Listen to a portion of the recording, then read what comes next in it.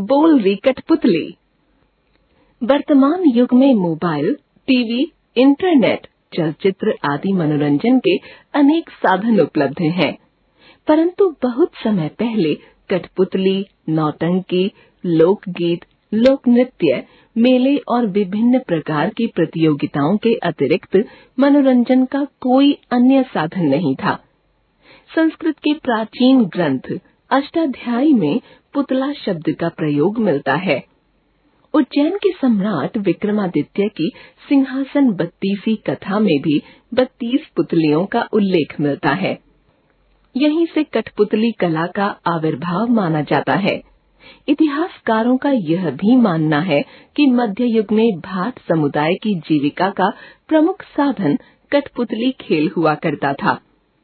भाट गांव गिरांव घूम घूम कर पौराणिक कथाएं, गंगा मैया कथा, शिव पार्वती विवाह आदि और राजाओं, वीर योद्धाओं, आल्हा ऊदल, पृथ्वीराज चौहान आदि की वीरता और पराक्रम की कहानी कठपुतलियों के माध्यम से गा गा कर सुनाया करते थे।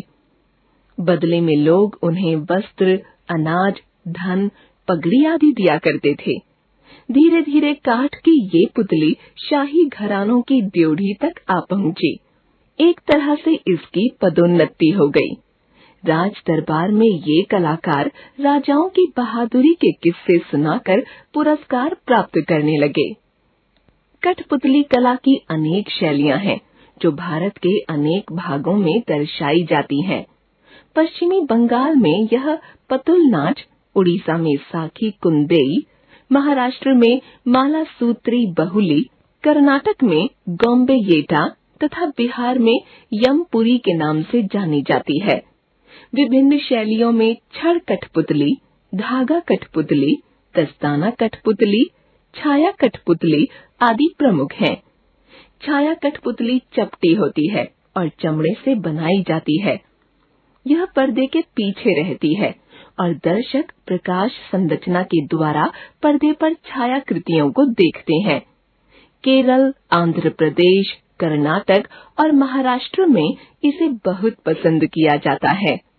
चीनी छाया थिएटर, जावा तथा बाली में छाया कठपुतलियों का लंबा इतिहास है। विश्व के अनेक देशों में कठपुतली लोक कला का प्रचलन आज भी मिलता है।